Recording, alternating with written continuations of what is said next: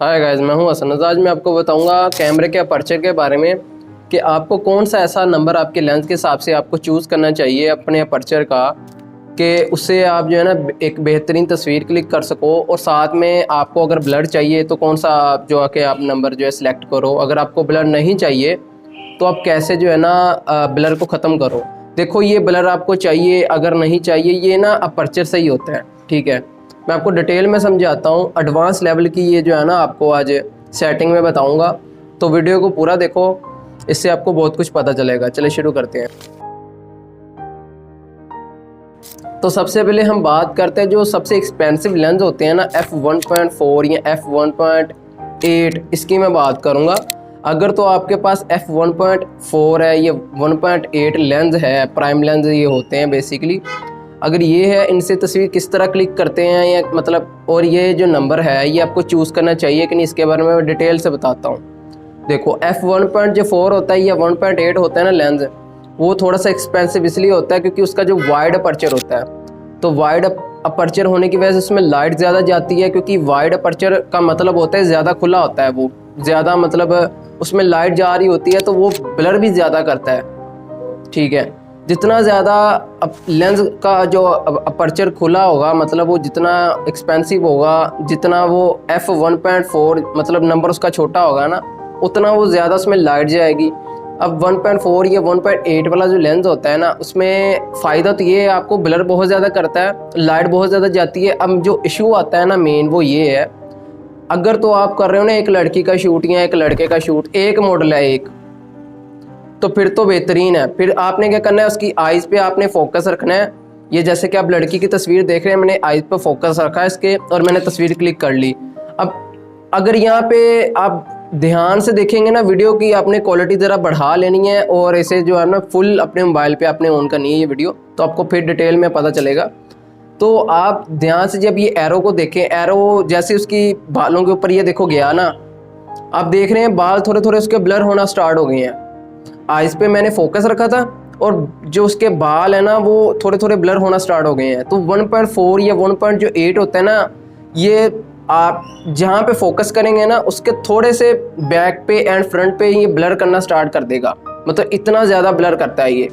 तो आपने जब किसी एक लड़के की तस्वीर या लड़की की तस्वीर क्लिक करनी है ना, तो आपने f1.8 रख दें लेंस का जो अपर्चर है, या f1.4 आपने रखना है। तो आपने अगर उसके नोज़ पे रखा, ठीक है, मैं जैसे कि बता रहा हूँ, अगर आपने नोज़ पे उस जो है ना फोकस रखा, तो यहाँ से उसका जो है ना ये जो चीक्स है, यहाँ से ब्लर होना स्टार्ट हो जाएगा।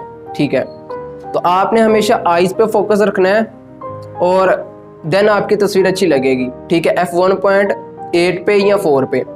अब ये इसका फ़ायदा है, और नुकसान इसका ये है कि अगर आप 2-3 लोगों की, जैसे एक कपल की तस्वीर जैसे क्लिक कर रहे हो आप, एक लड़का एक लड़की है, तो आपने लड़की के आइज़ में यहाँ पे फोकस रखा और क्लिक कर ली तस्वीर।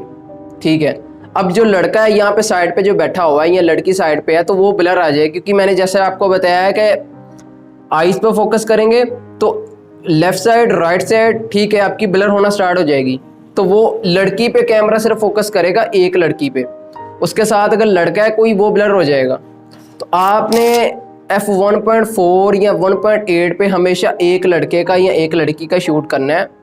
ज़्यादा का शूट करेंगे, ग्रुप पिक्चर लेंगे, जैसे कि 4-5 लोग खड़े हैं एक लाइन में, जैसे आप देख सकते हैं, उनकी आप पिक्चर लेंगे ना, तो वो आप दरमियान वाले पे फोकस करेंगे तो साइडों वाले, दोनों side, left side right side वाले जो है ना ब्लर हो जाएंगे उनका। ये देखिए फेस, अब साइड वालों का ना ब्लर हो गया हुआ है। तो आपने f1.4 पे या 8 पे हमेशा आपने फोकस करना है कि सिर्फ एक ही मतलब लड़की का या लड़के का शूट करो। अब ये तो हो गया f1.4 और 8। ठीक है, अब बात करते हैं f2.8 की, ठीक है, और f3.5 की। अब ये जो है ना, इसमें लेंस थोड़ा सा बंद हो जाता है। ठीक है, मतलब उसका जो अपर्चर थोड़ा सा बंद हो जाता है, उसमें लाइट थोड़ी सी कम हो जाती है। मतलब पहले ज़्यादा लाइट आ रही थी, 1.4 पे पूरा खुला हुआ था, अब थोड़ा सा वो बंद हो गया है। तो अब जो है ना, आप 2 लोगों का शूट कर सकते हो, जैसे एक कपल का शूट कर सकते हो, उसमें से आप दोनों को फोकस करके भी क्लिक कर सकते हो, उनमें से आप जो एक पे फोकस करके भी क्लिक कर सकते हो, और आपको अच्छा खासा ब्लर मिलेगा। तो 80 to 90% जो फोटोग्राफर है ना, 80 to 90% फोटोग्राफर यही काम करते हैं, f2.8 वो यूज़ करते हैं और वो जो है ना 3 लोगों का 2 लोगों का शूट इजीली कर लेते हैं। अब बात की जाए नेक्स्ट अपर्चर 4 की, ठीक है, अपर्चर 4 से अपर्चर 8 तक, ठीक है, ये हम क्यों चूज़ करते हैं अपर्चर, ये जब हमने ग्रुप पिक लेनी होती, जैसे मैंने आपको बताया था ना कि जिसमें हमारे 8 लोग 7 लोग हैं तब लेते हैं ये, ठीक है। अब ये तब इसलिए लेते हैं कि आपको मैं थोड़ा सा डिटेल में समझाता हूँ कि जब अपर्चर हम 4 पे करते हैं ना तो ब्लर बिल्कुल ख़त्म हो जाता है, 8 पे तो और भी ज़्यादा ख़त्म हो जाता है, ब्लर रहता ही नहीं है। तो हमें जो ग्रुप पिक होती है उसमें फेस बहुत ज़्यादा नज़र आ रहे होते हैं, उसमें लोग बहुत ज़्यादा होते हैं, हमने किसी भी जगह ब्लर नहीं करना होता, ठीक है। तो हमें इसलिए जो है ना अपर्चर 4 या 5, ठीक है, 6 इस तरह या 8 हमें ये रखना पड़ता है। और इसके बाद जो है ना अपर्चर 4 से 8 तक कहाँ पे यूज़ होता है, वो यूज़ होता है स्टूडियो में।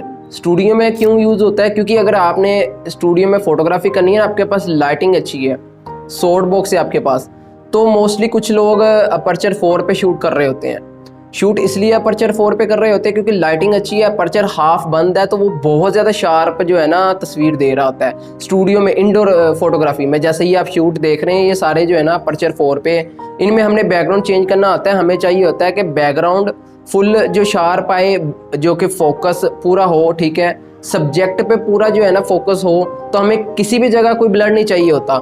इसलिए जो है ना हम अपर्चर 4 पे काम करते हैं स्टूडियो में, ठीक है, क्योंकि हम लाइटें जो है ना हम लाइटों की स्पीड ज़्यादा कर लेते हैं, तो जब हमारा जो अपर्चर जो है ना f पे हाफ बंद भी होता है ना तो उसमें भी लाइट चली जाती है, ठीक है।